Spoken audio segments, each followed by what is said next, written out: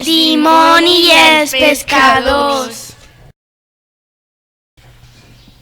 Aquesta història va passar a la ciutat de Badalona, però no ahir, ni la setmana passada, ni l'any passat, sinó fa molt i molt de temps, quan els ocells tenien dents. En aquell temps, Badalona era un poble petit i tranquil, amb un barri de pescadors arran de mar. En aquell barri hi havia molta gent que es dedicava a la pesca. Els pescadors sortien amb les seves barques cada vespre i quan trobaven un indret tranquil enmig de la mar blava tiraven les xarxes tot cantant.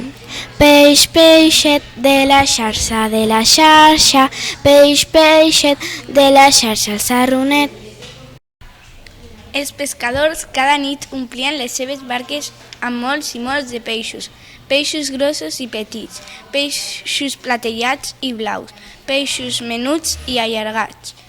Pescaven sardines, sèpies, molls, pops, sardines.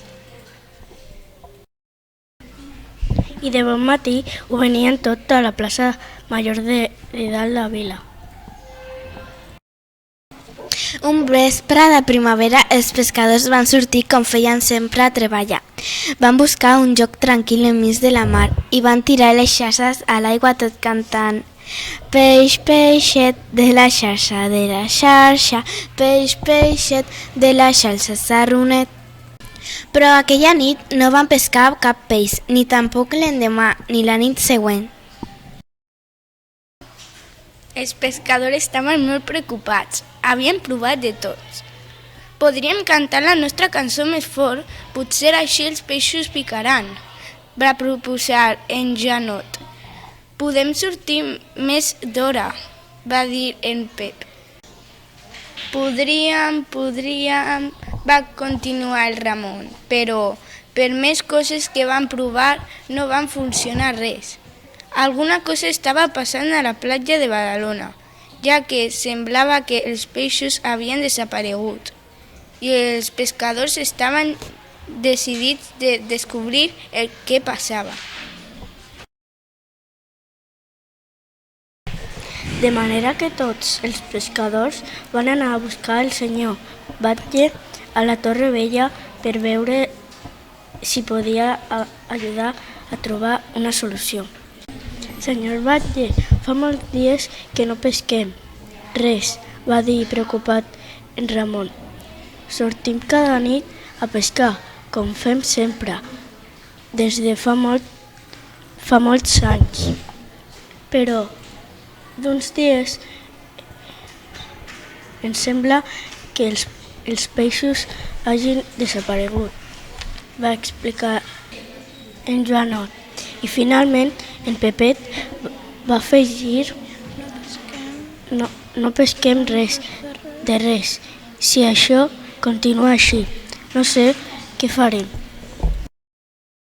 Després de molt i molt parlar, entre tots van decidir que aquella mateixa nit anirien tots a la platja a vigilar per tal d'intentar esbrinar què passava. Es van amagar tots darrere una barca i van esperar i esperar fins que just a la migdiada un dimoni vellut i pelut i vermell va sortir d'un forat que hi havia a la sorra. El dimoni es va passar tota la nit cridant, cantant, fent ganyotges i molestant a tots les criatures del mar. Els peixos, és clar, fugen espantats de sentir tant de xivarri. Justament amb el primer raig de sol, el dimoni es va tornar a amagar al forat d'on havia sortit i els pescadors, cansats i preocupats, van poder sortir del seu amagatall. Els pescadors i el senyor Batlle anaven a la platja cada nit a vigilar i cada vegada passava el mateix a les 12 en punt. El dimoni sortia a fer de les seves i just quan començava a sortir el sol s'amagava ràpidament pel mateix forat.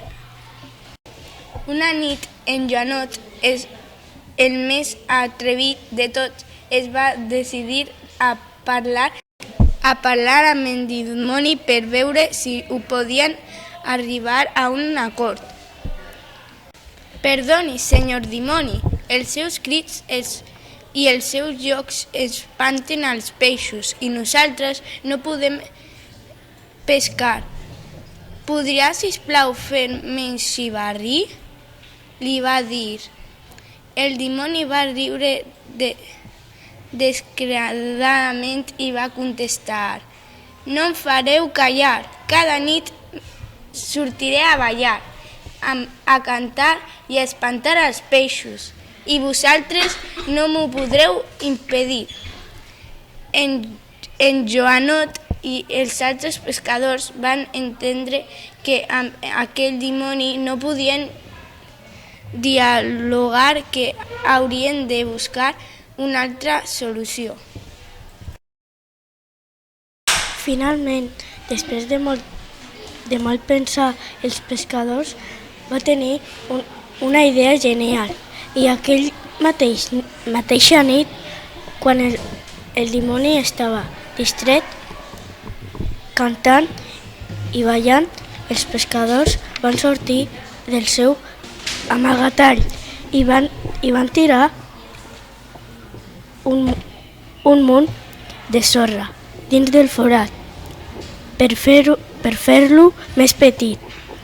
I quan estava a punt de sortir el sol, el dimoni va córrer com cada nit cap al seu